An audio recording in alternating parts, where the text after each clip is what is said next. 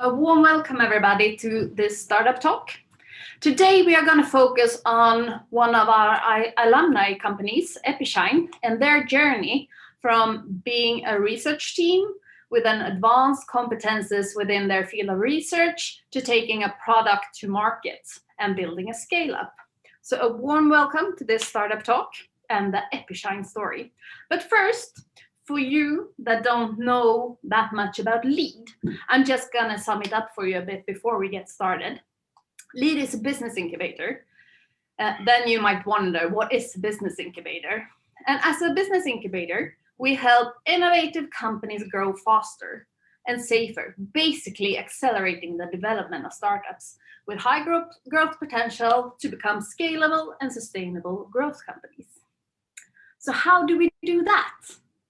Well, we provide idea owners and entrepreneurs a wide range of directed resources and services, such as business coaches, networking to business contacts, potential customers, support to attract financing, and much, much more.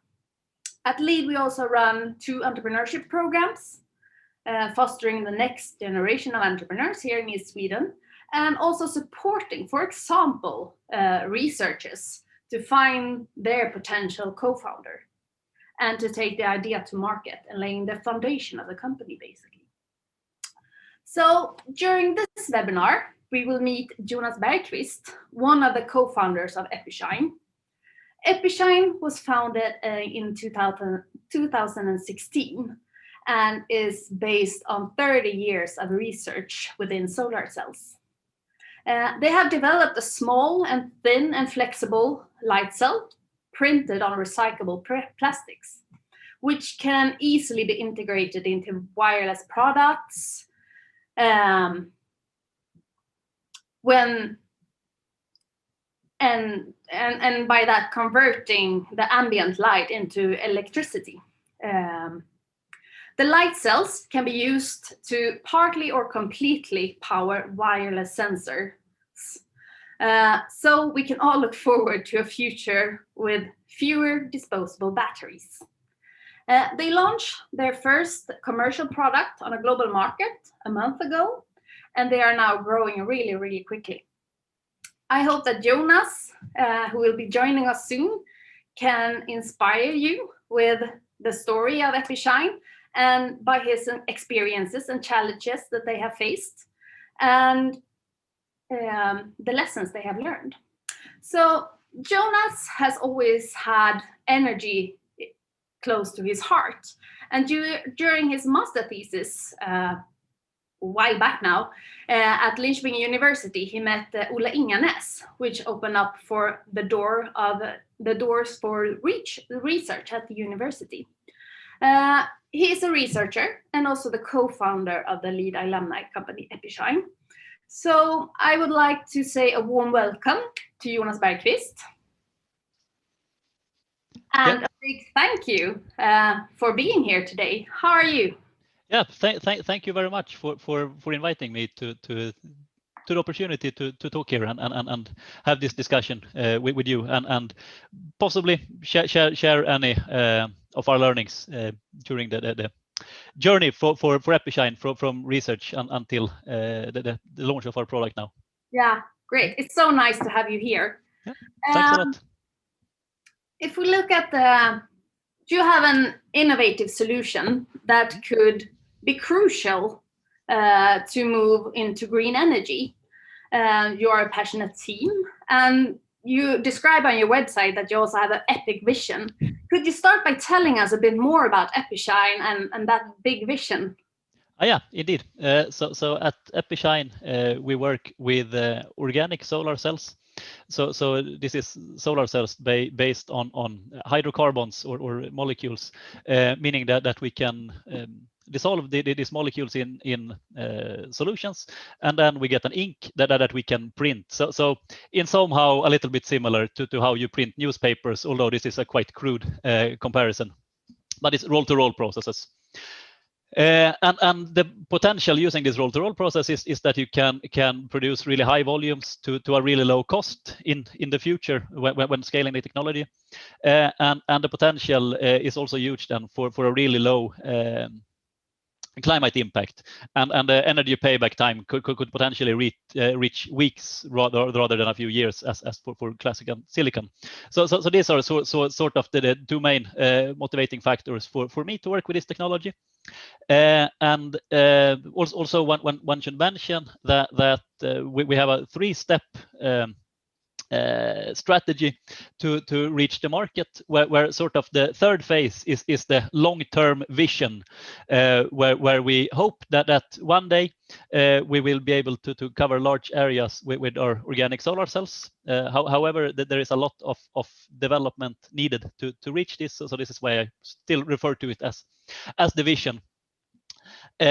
Second phase is more moving into applications for solar cells, where it's possible to compete with classical silicon PV, maybe thanks to a low weight, a lower climate impact, or maybe transparency in windows. So it could be lightweight constructions, etc. But then today, the first step to the market is as you very nicely explained here, that ambition is then to use our solar cells rather as light cells. So we convert indoor light into electrical energy, and this way we can reduce the amount of batteries used to power connected sensors, and you from this perspective, reducing the amount of battery used, and then also saving cost because you don't need to change the batteries. So this is the selling points then for indoor PV or light energy harvesting. And the reason that we focus on this market first is that it usually takes quite much time to develop products, and here we see that we have a really good product market fit, because one of the challenges for organic solar cells is their lifetime, especially when the sun is shining directly to them. There has been a lot of really exciting work done in the academy to solve these problems, but as we see it, the indoor market, we are ready today with the product we have, and then to move outdoors we need a bit more development, and then for the vision it's a lot more development needed, both in academia and within the company, and to reach this potential. Of course, also it's a big challenge to sort of get the volumes up, because this is in the end what will reduce the cost. So it's a very innovative and technical solution in revolutionizing the field of energy harvesting, basically. We hope so, at least. Sorry? we hope so, absolutely. Yeah. And like you said, very roughly, it could be printed, so it's also very scalable. Yes. But could you tell us a bit, how did it all start? Yeah, it's a spin-off from Linköping University and the research group of Professor Olle Ingarnes, who has been working on organic conducting materials for a very long time, and also organic solar cells for 20-30 years. So as you said, I joined the group of him as a master thesis student in 2010-ish, so about 10 years ago. And Olle also had a sort of drive to actually get this technology out from the university, and proving that it's possible to do this in some sort of industrial settings also. So now I lost the question a little bit, so I don't elaborate too much here. Yeah, it all started. Yes. So basically, from Olle, and Olle had the ambition to commercialize this earlier. So when I joined the group, there was already a company set up with the ambition to commercialize the organic solar cells. However, I think the technology was a little bit too immature back then. So it was quite tough. So many of the co-founders and researchers spread out over the world. But anyhow, during this time in 2013, I think, Olle purchased via the university then, when I was a PhD student, a roll-to-roll coating machine to take the sort of step from the small lab devices into something that could prove industrial relevance for the technology. And during this time, I was a PhD student, so I worked a lot of my more academic projects. But this coating machine really triggered me. So I worked a lot with this also with some colleagues like Matthias Andersson and Cheng Tang, who did amazing work with this machine. And I thought this was a lot of fun because here you had a lot of more boundary conditions. It's quite easy to make a small scale lab cell, and then making it for real is a really huge challenge where it's a lot more components you need to take into consideration. Was it clear to you from the beginning that you wanted to be part of this journey, or did you even know that you were on a journey? Yeah, I mean, as you said in the introduction, clean energy and energy supply in general has always been close to my heart. And I mean, as an engineer, you were also really triggered by solving problems. So I think this was sort of the foundation there, and then also. I don't know. I've had some kind of feeling within me that it would be fantastic to start up and build something from scratch. And during my PhD, I got in contact with Innovationskontoret, the innovation office at Linköping University, and Arne Jakobsson, who I discussed a lot with, and they had a program called Mentor for Research, which I joined and had lunch with one. Morten Armgart, who was from the entrepreneurial life, and had lunch every month with him, and got a lot of feedback in this sort of mentorship program. So that was really interesting to start to understand a little bit, at least, of what entrepreneurial journeys is all about, and the mindset of sort of taking technology from research into business. So for me, at least, this was really exciting, and I also had a lot of discussions with Arne there regarding patent applications. I had some idea for a little unit that could test the performance of solar cells, and then at a later stage we also discussed around patents more concerning the solar cells, and I mean it sort of turn on a little bit of understanding that because as a researcher in the beginning, my idea was more that we develop a product, and then of course everyone will want to buy it, and it turns out it's not really the case. Rarely the case. But could you tell us a bit? You were a group of highly skilled researchers. How is it to move from research, the research world, to the business world, the mindset of? No. This was, as I said, quite big change for us, and unfortunately, still Innovationskontoret arranged something called Venture Arena, where me and two colleagues of me presented the idea we had with the organic solar cells, and we met a lot of really interesting entrepreneurs there, and fortunately we also met with Mattias Josefsson, and there we had a really good match in sort of the values and how we would like to sort of set the foundations of this type of company.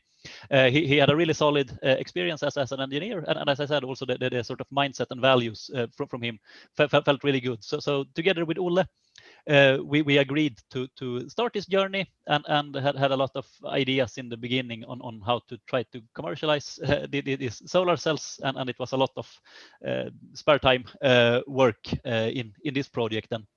And together with this, I during my PhD students with Olle, I also was part of a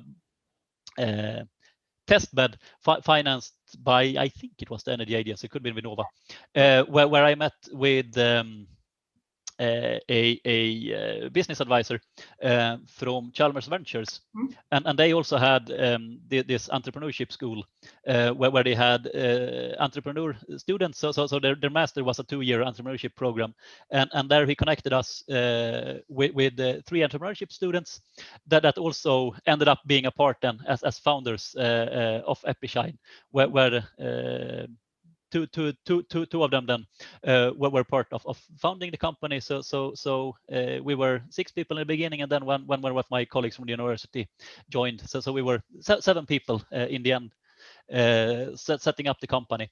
And I think it was a quite good mix with 3 entrepreneurs and 3 researchers, and then Ulla as the sort of professor behind the team. To sort of get the competence, both the technical and more the business and company building, which I think was critical. Finding the entrepreneurial resources. Sorry. Was it a challenge for you finding the right entrepreneurial resources, or was yeah, sort of. But I think, I mean, the innovation office helped out a lot, and with Venture Arena, I think it clicked quite fast, and that I know that Matthias had checked us up on before and also and was really interested in the technology. No, with the help from the innovation office, I think this went quite smooth, and I also they pushed really hard for sort of connecting us with entrepreneurs, and I think for Epishine and our journey at least, we would never have come this far if we researchers would have tried to do it ourselves. Yeah. Even though you sort of develop your mindset, I think that development would have been too slow. And pairing up with Matthias, who had experience in building companies, I think made everything possible. Yeah. Do you have any other? How do you prepare for starting a company? You've been about everything, but what are your 3 key factors in the preparations? One thing that I think is really important is patents.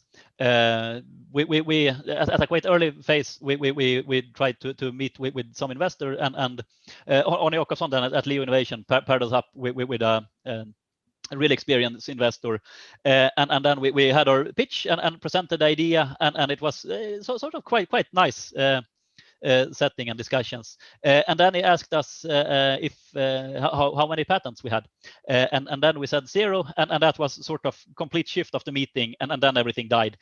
So Arne made a really good point there. You need to get some patents. So then we started to work on that, and had a lot of really nice ideas. So we got a few patents, and then in the end also this core patent that we now are basing the technology of Epishine from, where we have a lamination technology. So the classical way to print organic solar cells is that you take a substrate and then you just coat all layers on top of each other. But instead we coat half the solar cell on one substrate, the other half on another, and then we laminate this together. And this way we can get a really good performance under indoor illumination. Mm-hmm. But I think that the patents is one of the key things to move on. Mm-hmm. And then of course getting a experienced entrepreneur helped us a lot, and of course also Emma and Jonas from Chalmers, which were not as experienced but still sort of drilled in this mentality, helps a lot also, at least for us, I think, and was critical for us moving on. Then of course having Ulle backing the company with all his experience, I think was super valuable also, and the support from the innovation office, support from LEAD, and all this sort of what do you call it? Support for innovative cultures that you guess I rate highly valuable, and the business advisors from LEAD and their network as well, sort of getting different people, and then we continued using Venture Arena, where we met our chairman of the board and more people. So this has been really helpful, and a lot of different people has sort of helped us grow. So using a number of advisors from with sort of specific knowledge, I think also has been really critical, because even if you have a really skilled team, you still have some limits in your competence, and then working together with other people that are highly skilled in specific areas, I think is really critical. And lately we've also been working with more advisors on quality, production, etc. And this is also things that has helped us really much, because I mean our own experience in these topics are not so great.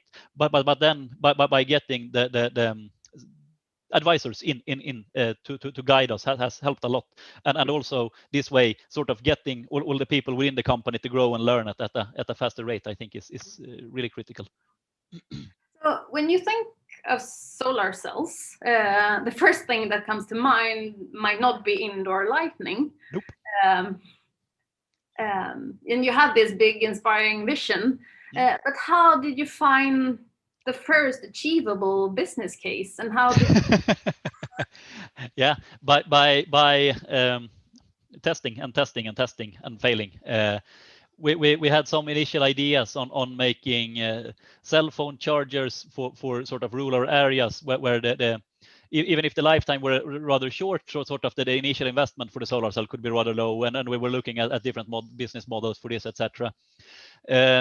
But that would have required a bit higher performance, a lifetime of the solar cell, and especially then to work under really strong light, etc. And it was also not super straightforward to find a proper business model, and then we would have had to target markets far off from Sweden around the equator. So we were looking a lot in different topics here, but then came across the indoor. My daughter's living here. Came across the challenges for the Internet of Things market to grow, and the challenge then with batteries. So I think we've tested a lot of ideas and looking at building integration, etc. Before we realized that I mean the core strength of our technology is really this lamination, which makes it possible then to get a really high performance also at low lights, because this means that we can avoid a lot of small short circuits in the device that is high risk for otherwise, and also there is not any long time strong sunlight indoors, so it's a quite good market fit, and we could also show that we had a high initial performance then, and then of course it was a quite long journey and challenge to make sure that we could achieve a proper lifetime to match the product requirements for the product we're looking at, but no, it's been sort of testing failing. how many times would you say that you failed? I don't know. It's sort of the big thing. What was more this solar chargers, and it was not super easy to find out sort of the business model, and then this idea with the indoor stuff came along, and it felt quite natural to move on to that. So I think this is the main first customers to try the indoor. Yeah, no, I mean there we had also this matchmaking. I don't remember if it was Sting or something. Things there is a lot of this for us for helping matchmaking between small companies and larger companies, and there we met with some larger companies, and then we were also able to sort of get contacts with other sort of startup companies that were keen to test out our technology, starting to work together with them, and a bit of other companies, and I mean we were in a really early phase, and our solar cells looked like shit, to be honest. Looks like I made them in the lab, or my daughter could probably have done it a lot more beautiful. So it was of course a bit challenging there, but just having something that worked, that we could show, and sort of connecting a little light diode to it, you get a little bit of current out of this, and then I think just having something physical that works helps a lot, and then continuously then making sure to improve this, making it look better, is of course something that helps a lot also, because we're quite even if we're engineers, looking at something that looks nice helps a lot in sort of So now you have a commercial product. How is it to move from like a limited product in the beginning to a more industrial production? Yeah, I mean, indeed, this is a big challenge, especially sort of in the mindset of the entire team, because we have on the tech side really high competence in the team, and fantastically humble people with a really big passion, but we all sort of share this innovation and drive, and then together sort of changing this mindset into a more of a production mindset is of course a big challenge, and there we had a lot of help on this journey from our chairman, for instance, Ola Johansson, and Christer Karlsson, who also has helped out a lot, sort of in how should we think, how should we set up the processes, how should we work with quality, how should we work with yield, to develop all these things, and making sure that we can do the same thing over and over again, reproducible rather than changing everything, and at the same time not sort of losing this innovation either, because this is what we also want to be able to keep, to develop the product, and I think this balance is really a challenge, but it's a lot of fun also. That is a bonus. That is fun during the week. I just want to tell to the audience, if you have any questions, you are more than welcome to write them in the Q&A section, and I will try to integrate them into the conversation. You were talking a bit about growing the team, and attracting resources and talents are often really hard, especially in the beginning, but it's crucial for the startup. How have you been working with that because you are around 23 people now, and 25 even, I think. Yeah. So yep. No, I mean in the beginning, we had basically Matthias, Emma, and Jonas, and then we had a small tech team, and then we had the contacts at the university that we had. We knew of a lot of really competent people there who sort of followed. We also sort of moved from the university into our present facilities in a similar time where Thin Film Electronics moved their business from Linköping to the US. So there we were also able to recruit some really skilled engineers. And then we sort of put out posts, and I think it's a combination of being lucky and then also trying to learn what you should look for when you hire people, and on the more business side, I think Matthias' contact and network was a really strong driver in the beginning there also. Yeah. What has been the hardest from going from a founding team of 6-7 people into a growing company with a lot of employees? Letting go, I would say, for me at least. No, but I mean, in the beginning, when you're in a small team, then you know everything, and especially person like me, I'm a control freak, and really notorious in everything I do, and put really high demands on myself also. In terms of prestation, and so sort of coming from the university and a research group with Olle, who had a lot of really skilled, super skilled scientists around you, and I mean it's really difficult not to trying to compare yourself to these really skilled people also.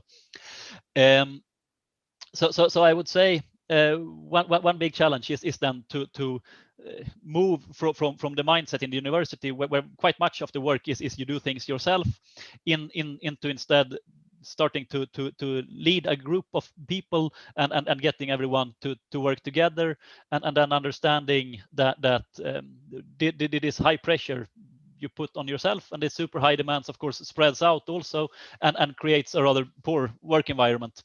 But there me and our team was really lucky because Matthias had a contact who worked with management group development, etc.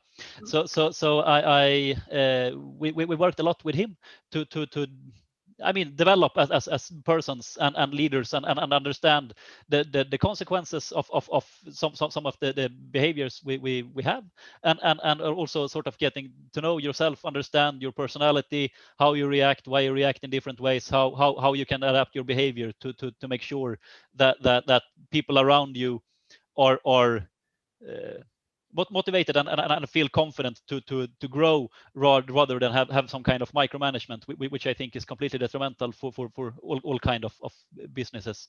Yeah. So this type of journey I think has been at least for me the biggest thing in the journey, and understanding that working with technology, I still think is super fine and moving into the nitty-gritty details. But I think I think it's just as fun and challenging to work with people and find ways to make everyone move in the same direction, because it's really amazing what a team of people can do once you start to move in together. Yeah, it really is. Mm.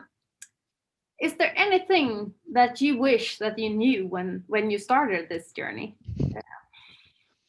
Maybe if you change the question, I think it was good that we were extremely naive when we started this journey, because if we would have understood how difficult and challenging and much work it takes, I'm not sure really that we have moved through.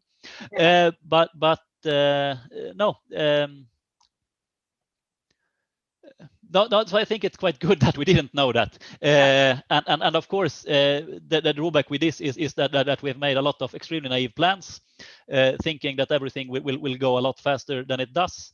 And this is, of course, something where once you start to get investors, etc., that put in money in the company, creates a really high pressure on you and the team, and sort of learning to manage this and then evolving in terms of trying to set a bit more realistic plans is, of course, also something that's. What would you say? What keeps you awake at night? What are your main main right difficulties right now? I mean, as I said, I've had a period now for a couple of years where I worked very much with myself. I used to wake up 4 o'clock every morning with high anxiety levels and thought spinning and everything. So this I've basically gotten rid of. But still, there is, of course, a number of challenges that we have. So really getting the product out on the market in large volumes is of course what we are waiting for, and finding the ways to really get this breakthrough is of course something that we work a lot with to both internally and together with our customers. So it's. If you would look into the future, we wish we had like a kristallkula. Yep, crystal ball or whatever. What is the next steps, and what are the possibilities in the future for Epishine and the challenges? Yeah, I mean, as I see it now, step number one is to really establish and prove ourselves for both large scale production with a high yield and robustness of the process, and being a reliable supplier, and having customers that then can take our modules, install it in large numbers, and establishing really this base unit. This is what I see over the coming few years is going to be super important for us to really prove that we can take the technology and really get it out. So I think this is the main challenge right now, and sort of setting this foundation to give confidence and hopefully then being able to attract a larger investment to be able to take the next step and continue the development of the light cells into solar cells, then moving into more markets, and of course if I look really far into the future, the vision is of course still to have this newspaper machines more or less just producing huge volumes of organic solar cells at both a low cost and low climate impact, but it's a long journey because before this can. I heard Matthias, your co-founder and former CEO, talking about in the future you will be able to print solar cells equivalent to one nuclear reactor per month. Yeah, I think it's one or half, something like this. Yeah, I mean this is based on a roll-to-roll machine, which is 2.4 meters wide, I think, and then we print 60 meters per minute, and of course lifetime and power conversion efficiencies need to go up drastically for this to happen. But I mean, this is what's possible with this technology. And I mean, today we quote a few meters per minute. This is 60. This type of processes can run up to 1,000 meters per minute today. So it's not super far off to say 60 meters per minute. But of course, to reach this, it's very much work still. So. I think that we should ask the audience. Do you have any questions that you want Jonas to answer? You will be able to find it in the chat. It's under the Q&A. If you look down here and just type in the question and I will ask Jonas. Don't be shy.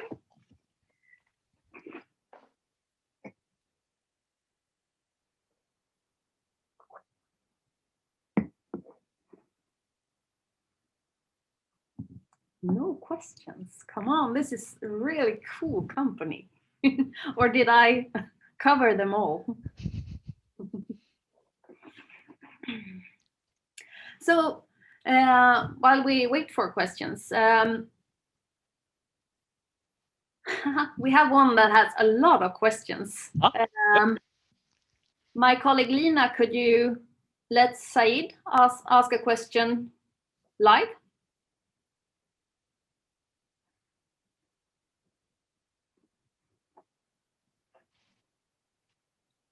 He will join us soon, I hope.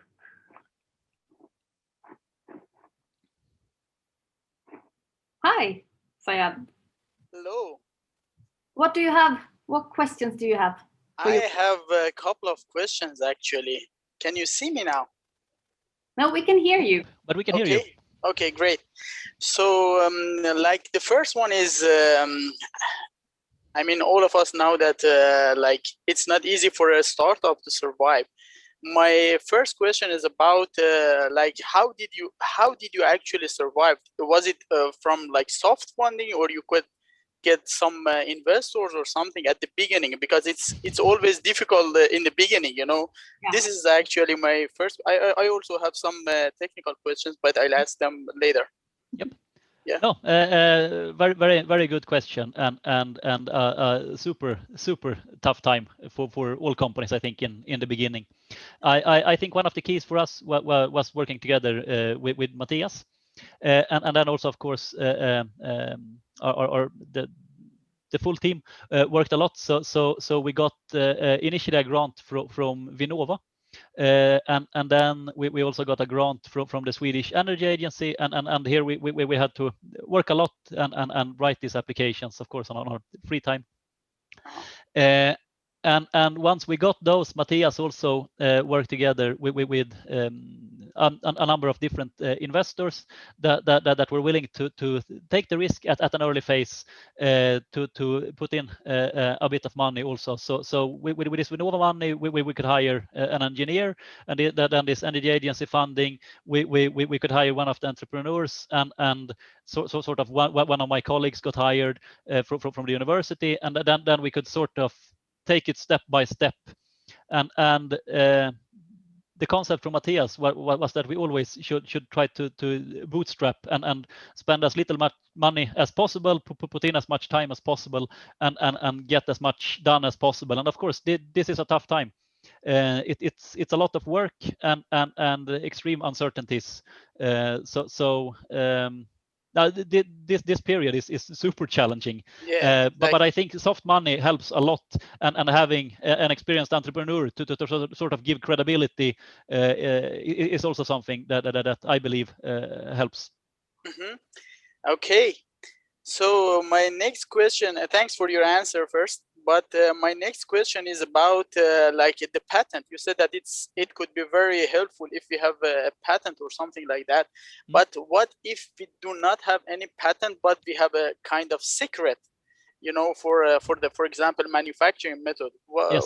What would be the situation? So I guess my perspective of this is sort of hardware and taking research within some kind of hardware from the university. out. And sort of the experience I have is both from entrepreneurs, but basically from investors. The patents are really critical, because this is sort of the only way they have to get some kind of confidence that if this flies and really gets big, that it's not going to be super easy for anyone else to just copy it. And then of course this entire patent landscape is an IP, how to treat that, what to keep as a secret, what to patent, etc. Is tricky. But I mean, if your invention is sort of visible, so you actually can take the product you're planning to build, and you can see that you have used this way to build it. I think a patent is very good, and a few patents in the beginning is something that helps out a lot, and having some kind of core patent and maybe some little softer ones around.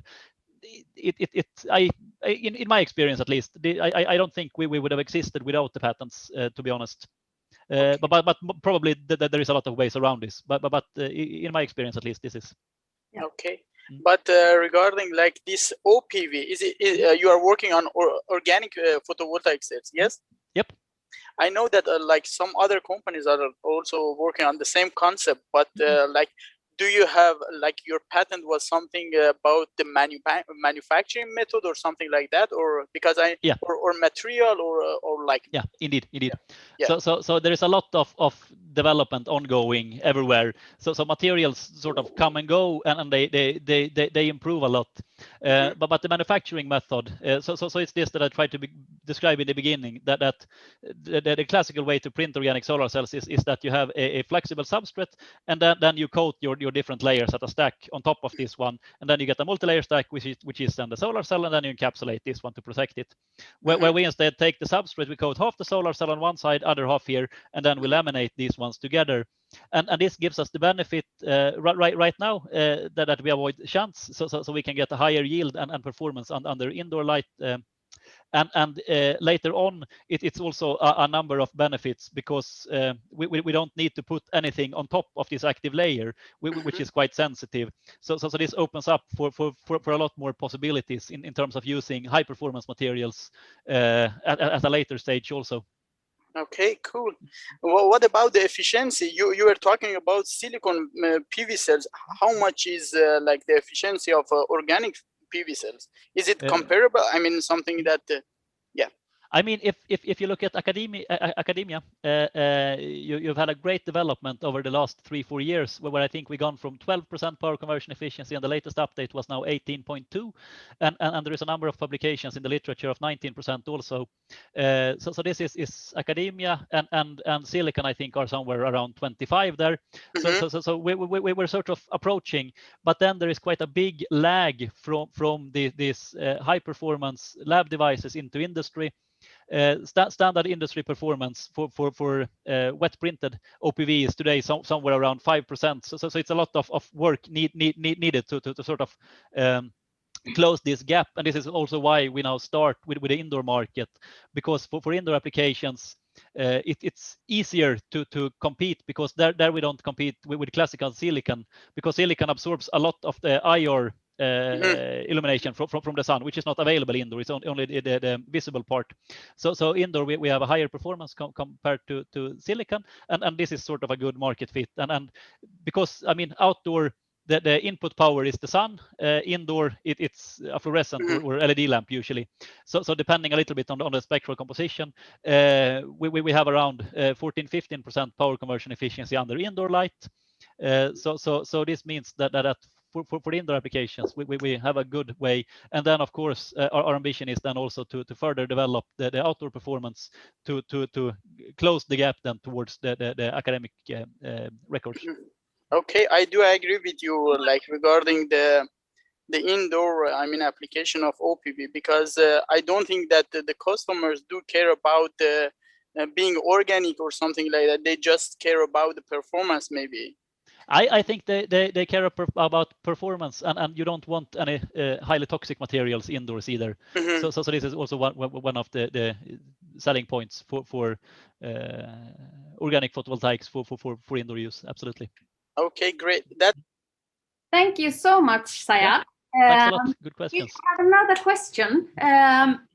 Can you mention a few business models that you had in consideration prior to your final decision? And how did that process look like? Yeah, this is a while ago now, and at this time, Matthias was mainly running this, the CEO. But this was one of the business models was this idea to do solar cell chargers, and I think this was sort of the one which we actually spent quite much time on. We looked a little bit on sort of building integration, but also understood it's going to take quite a long time to get lifetimes up to that. So at that stage, it wasn't that. But still, we did a bit of work there. Laminating our solar cell in glass pieces, working together with collaborators to sort of evaluate this. So this was sort of part of the idea also, but in terms of business model, we didn't bring it so far. And then, of course, also for the indoor case, we've been discussing a lot internally whether we should provide just the light cell as a component, or if we should sort of take and build the entire product, etc. But then we finally decided then to go for only the solar cell, not to sort of compete with our customers. And once you build the entire product, you also get sort of the what do we call it? Service and support we need to take into consideration. And I mean, the core competence that we're coming from is the organic solar cells. On the other hand, we have also now built up a really big competence within the electronics, how to integrate this using the plastics mechanics, what storage elements to use, etc. So yeah, but this is sort of describing the different ideas we had. Great, and thank you so much for this session. I just a big thank you. I would just like to say before we round things up, the next startup talk will be in April the 7th at the same time, and then we will talk to Marie Ahlqvist from the lead alumni company iMatrix, and we will talk a bit about understanding the potential of your idea. So iMatrix is an ICT company that has done an incredible journey to get to where they are today, especially finding the business case. So that's what the next startup talk will focus on. And I want to thank you, Jonas, and also all the participants. Would you like to say something before we sum things up? Yeah, no, thanks a lot for inviting me here and letting me share a little bit of our experience at Epishine. Yeah. So no, thanks a lot, and also enforcing that we got a lot of help from lead and the business advisors around the lead community. So I think you're doing a fantastic job. Great. Just look in the Q&A. Great, but thank you so much, and thank you everybody out there who's been listening. Good night. Good night. Thanks a lot.